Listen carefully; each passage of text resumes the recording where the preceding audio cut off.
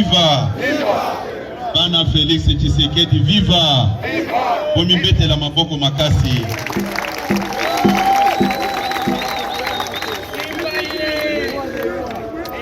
Na lobi boye.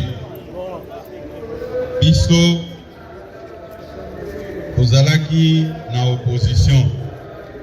Osubisaki a intimidation ya ndenge na ndenge.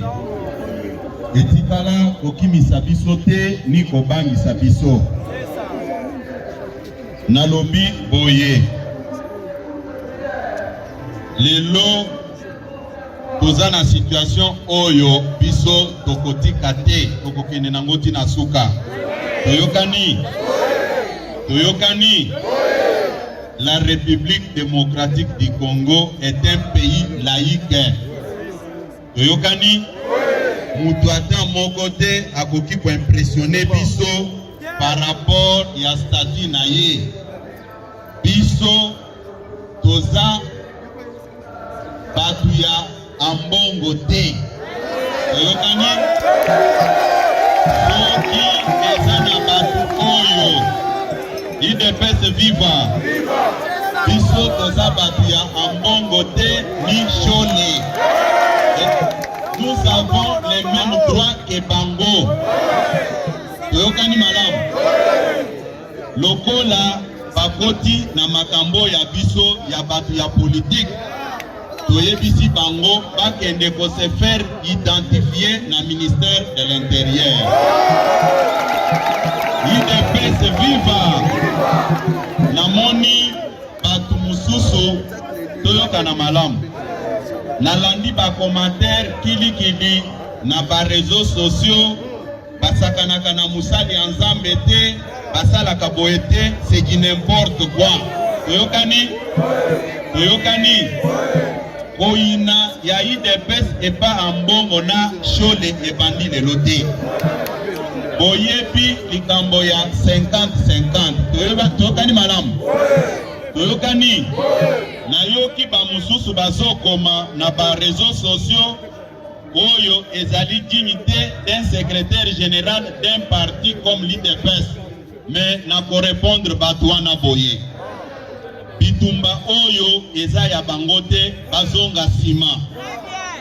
Les mêmes secrétaires général o bazako dénigrer na ba membre ya IDPS mususu nde ba komis IDPS na pouvoir. Sur ce point, nous sommes très jaloux avec ces pouvoirs. Tokotikala ko permettre mutu moko te puisque kombo na ye ambongo, kombo na ye chole baya kosakana na pouvoir oyo. IDPS viva. IDPS viva. Makambu oyo bauti kotangela biso awa na communiqué. Na point 5 ya ba confession religieuse. Na point 5 ya ba confession religieuse, c'est une provocation pure et simple. Un homme sérieux alingaki kokoma buzoba wana te. Nasa kobenga ngo buzoba. Constitution na biso dans son article 70. Eza kopesa makoki na mokonzi ya mboka a se représenter pour la deuxième fois à ça la demande. Toyokani? Au nom de quel principe un groupe d'individus peuvent lever les options qui peuvent même énerver la population? Bino boningi biloko wana? Boningi biloko wana? Nyonso wana c'est pour plaire à l'individu Katumbi. Toyokani malamu? Bino bosi komona mutu depuis que toyeba catholique. Un cardinal Olongo na Kinshasa oketi na Lubumbashi pour aller faire des déclarations oyo eza pour attaquer la première institution de la République. Et vous allez nous demander, nous de l'IDPS, tokanga minoko. En tout cas, ce qui est allé pour na bongo et pembenangane kokanga munoko un nom que naza vivant, je dois toujours répondre.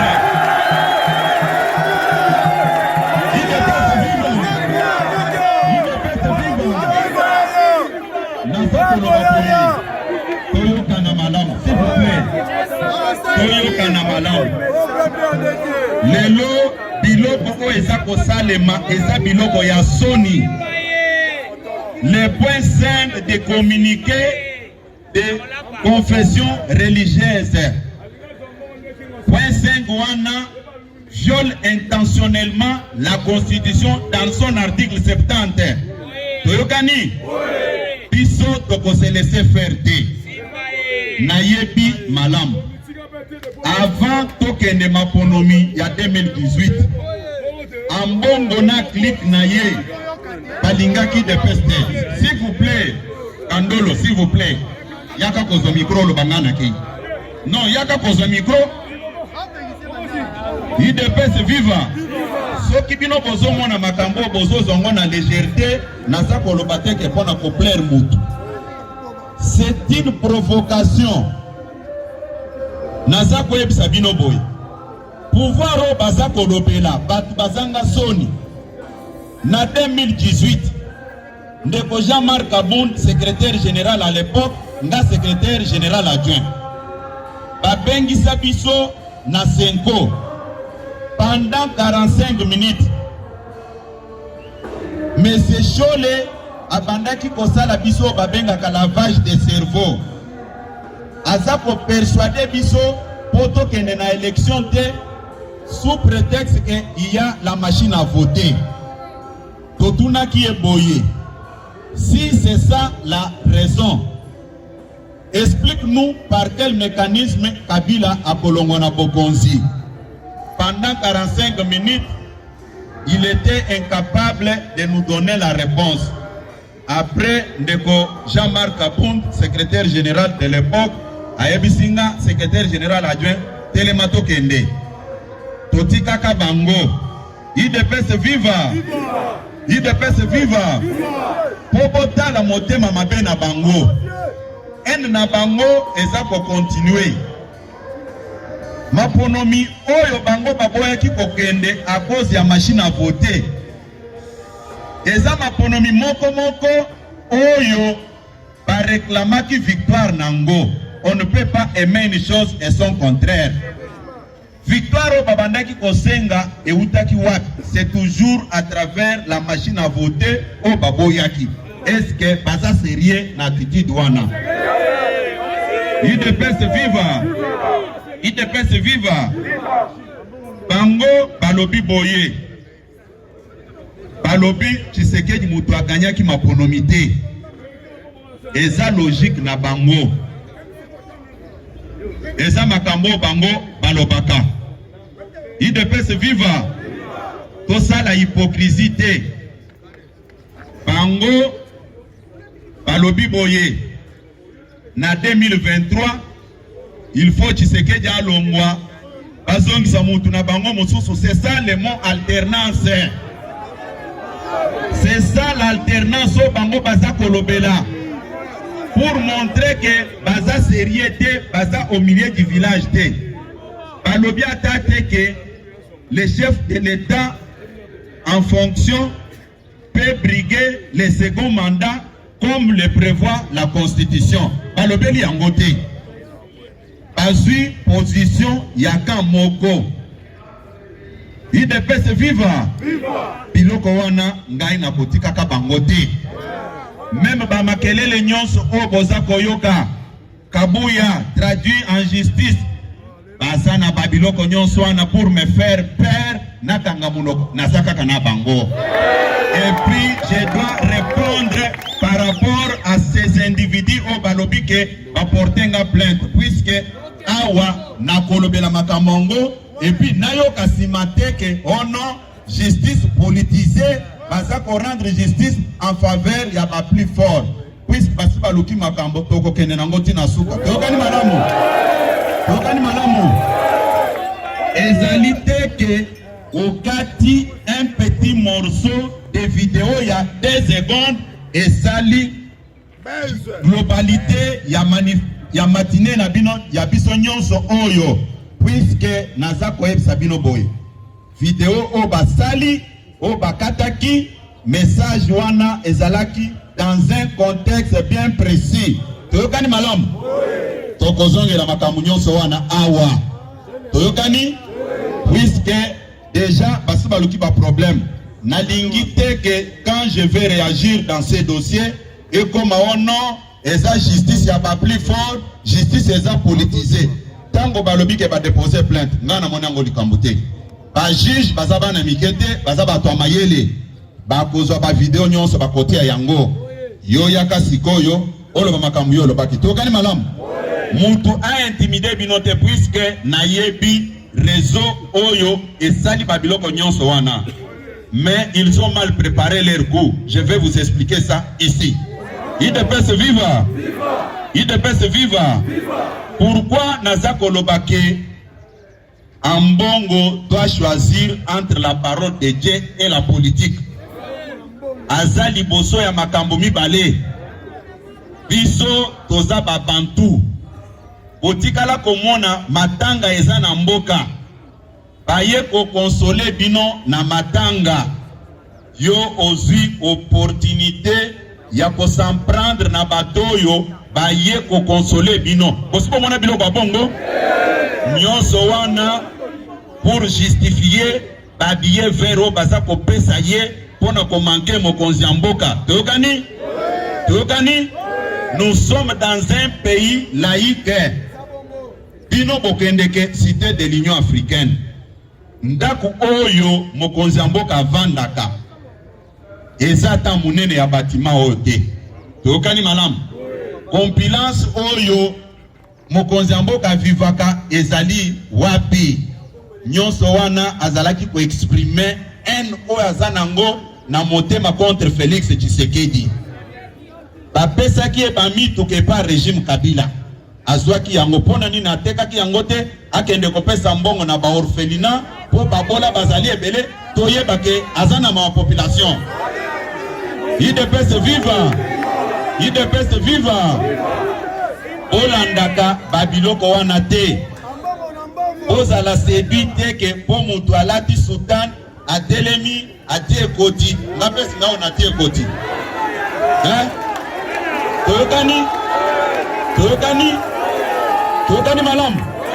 Ngai na ko répondre bango soki batiki mokonzi mboka te baza ko profiter na éducation malamu azwa na baboti na ye et comme atabino moko. Est-ce que place ya matanga cadre oyo baponaki wana ezalaki approprié pour tous les gens sérieux? Nazo tuna même bao balingaka kabuya te. Pas répondre na mutuna wana en toute objectivité. IDPS viva. IDPS viva. Nakanisi nazalaki na obligation ya kosala mise au point na place ya point 5 na bango wana. Boyebi makambo mutu ya Nzambe Soni Kafuta Rockman alobapo na mbongo na click na ye. Émission wana ezali. Ça ne reflète pas l'image d'un homme de Dieu. Toyokani malam? Toyokani? Tout par conséquent, batu oyo ya bango. Ye asa ponika na ye. D'ailleurs, moi ça ne m'impressionne même pas. Na 2018, tozalaki na mbongo te, tozalaki na yete, mais un chrétien catholique nyonso bazalaki sima fachi beton. Toyokani malam? Lui en tant qu'individu avait choisi son camp de Katumbi. Toyokani? Toyokani malam? Bozala te ke o tango kabuya lobi boye, il déclare la guerre contre l'église catholique. J'ai dit c'est faux, moi je parle avec les catholiques. Bazana est d'accord te. Toyokani? Bazolo bake biloko nyonso ambongo na shole bazo sala etali bisote. Toyokani? Toyokani malam? Obetela ba chrétien catholique maboko makasi. Makambo mbongo asa koloba etali bango te. Toyokani? Toyokani? Bon, yami bale. Naza koseka mingi. Bandeko oyo ya ensemble ya Moïse Katumbi. Bangonde baza à la base ya babiloko nyonso. Parce que lelo ndenge naza ko yebisa bino boy. Katumbi asombi ba parti politique ebele. Asombi ba association ebele. Bogotu nange kasombi ba parti nini? Parti ya Kamitatu ezalaka wapi? Asomba yango te. Hein? Parti ya Christophe Lutundu la somba yango te. Hein? Sikoyo bota la place mabe ezali. Même ba association ba ONG ba Obolobaka défense des droits de l'homme asomba atala te. Asomba atala te. Sikoyo akosomba nawe ezana batu na kati, nawe ezana mutu kaka mwasi na ena bana nyonso wana asombi na ekaka. Sikoyo tango ekomi pona IDPS ça pose problème. Soki osombi kabuya combattant kuna le makambo na etalinga te. IDPS viva! IDPS viva! Ombete la maboko makasi.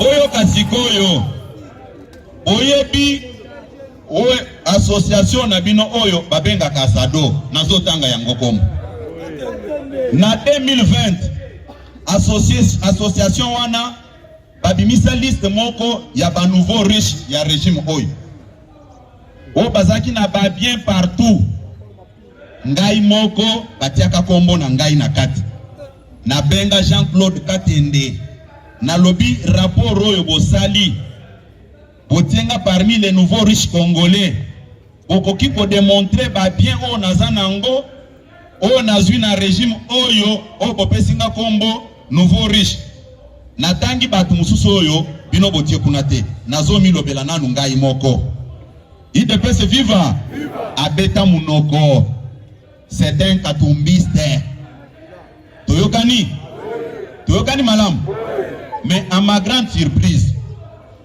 nazongi sikoyo na place ya vidéo et sali tour du monde o balobi kabuya lobi akopesa manduki na ba combattant IDPS viva IDPS viva vidéo wana nasakolo baboye il n'y a pas un crime parfait bake kosala nini bazwi vidéo ngo nasalaka ngo kaka na matinée awa secrétaire général ya PPRD abandaki makambo Shadari alobi boye soki bokangi yuma Congo et kozala ingouvernable, nous allons paralyser, le Congo ne sera pas gouverné. IDPS viva!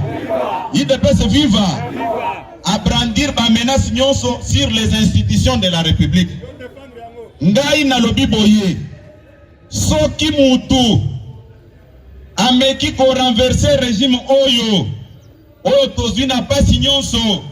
Ba combattant na biso. Bakoyoko la musala soda bakomema manduki. Nalobaki mabe? Nalobaki mabe?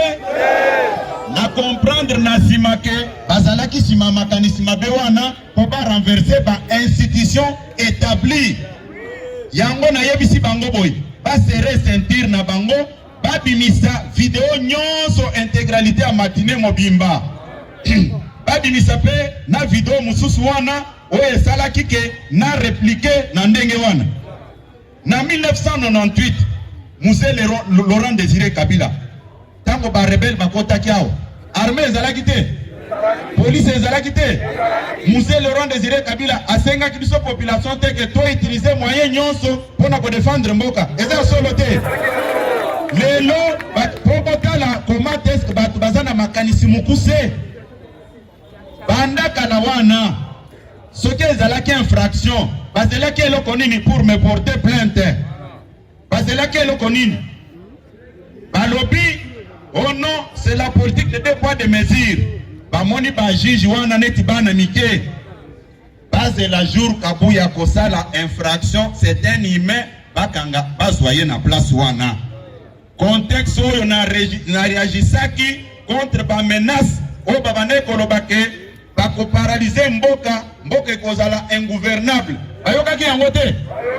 Sikoyo tango kabuya répondre, oh, il est en train d'inciter les gens à la violence. Est-ce pas des violence hein? Des violence hein? Constitution yo epesi makoki na congolais nyonso teke a utiliser ba moyens nyonso à défendre mboka. Eza yango te. Eza solo te. Est-ce que la constitution balobi ba moyens nyonso sauf boye boye sauf boye eza solo nyonso wana ezali nini UDPS viva bandeko oyo baza kolia Katumbi mbongo bazwaki tout un mois pour faire que insulter le président de la République.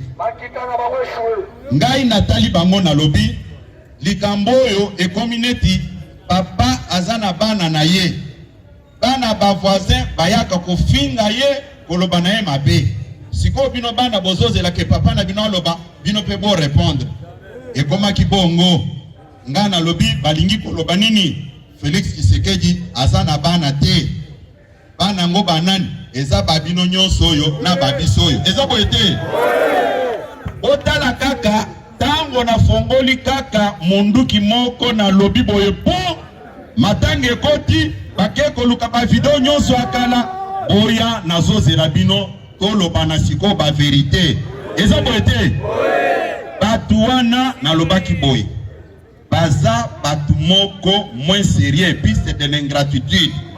C'est grâce à Etienne et à Félix Tshisekedi au Katumbi azongi na mboka o. Est-ce que nakosi? Nakosi? Comment expliquer batu mobimba batelemi na bango? Qui peut être d'accord? Aujourd'hui bino tozana bino na coalition. Mais boza ko ebisanga ke préparez-vous, demain vous allez partir, biso tozo remplacer yo. Est-ce que c'est normal? Est-ce normal? Nde yango na lobi boye. Ba combattant bozala très à l'aise. Bozala très à l'aise na biloko nyonso boyoki o vidéo o boye boye. Bazomona ngazoba. Bazomona ngazoba biloko nyonso basali c'est moyennant les billets verts. Puisque bakanisa kike omoni ba manipuler population na biso pona peuple alo bago kabuya uti koloma makambu ya lwa chanyi kakopesa batu manduki. Est-ce que ezaki ya solo? Ezaki ya solo? Makambu ya lwa chanyi naza koyebisa bino boy sikoyo na kokota masolo wana sikoyo na kokota masolo wana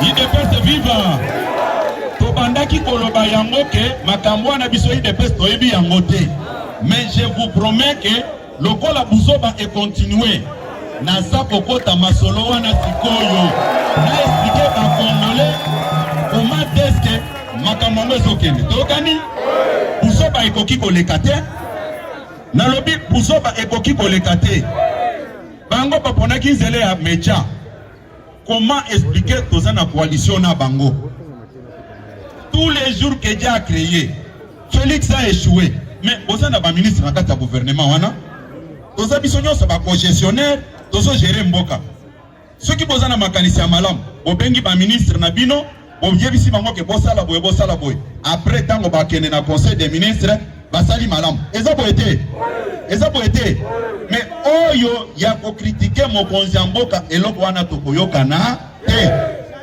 ngai pe na kotikala kokende pa mokonzi ya mboka kosenga ye autorisation te ke o tango bafingi yo boye ngana loba eloko nini na koki kosalela yango te ngana ko répliquer kaka eyinda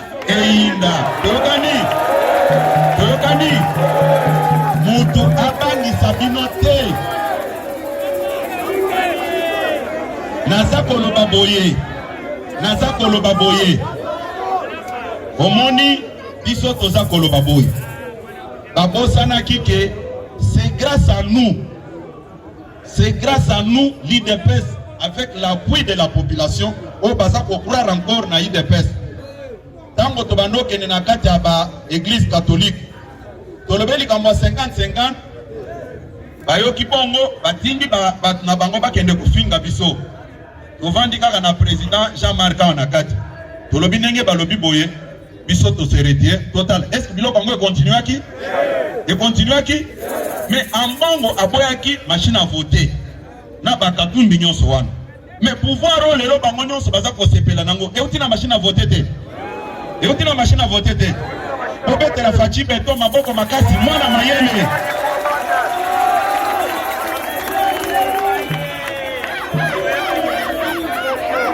naza koloba boye lelo na lobi boye tokotikala jamais pour faire des courbettes devant batu oyo se laisser corrompre na bambongo ambongo alinga mbongo.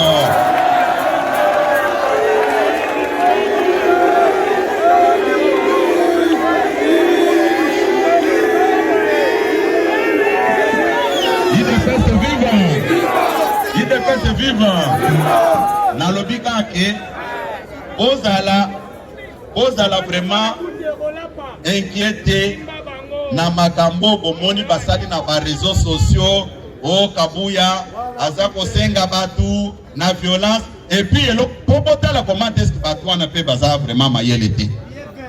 Ça fait combien d'années office Mukoko ayaka wate?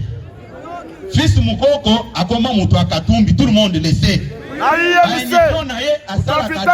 Katumbi toyebi yango. Mais potala siko ndenge bazo sala bêtise na bango. Fils Mukoko na bakwit na zolo banini. Secrétaire général alobi tozwa mandu tozalaki na ewapi. Mutu na bango balobi okende koloba boye pona ko désorienter population. Tokani malamu. Naza koloba boye mutu ata mobaza la teke ndenge naza ko ono botika ko défendre akende ko se justifier pas juge. Ngana lobi boye. Ngai mukolo nyonso bakobenga nga nakokende. Tokani Moto a intimidé binoté. Mais eloko nazali koloba ezali boye. Nalingi IDPS viva. IDPS viva. Nalingi te nasuka ekoma keono justice eza politisée. Puisque mutu nyonso ya mayele namoni télévision tobenga Camille Colline wana. Désolé que ça bande passante. Augustin Kabuya traduit en justice. Mais Kabuya lobaki azanzambe bako traduire en justice te. Mais mutu akokende pe na ndenga buzo bakaka ndenga na salimaka. Mais nga naza kolobaki basi baluki ba problème. Je vais poursuivre tout ce monde là, ils doivent me prouver noir sur blanc.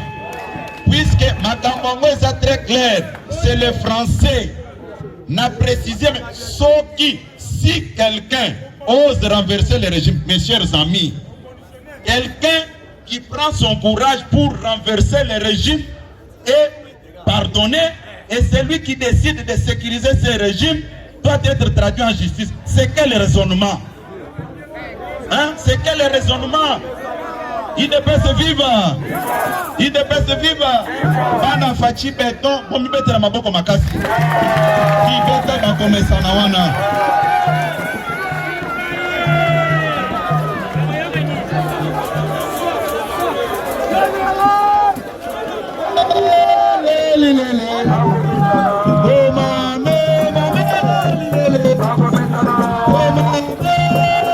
Lele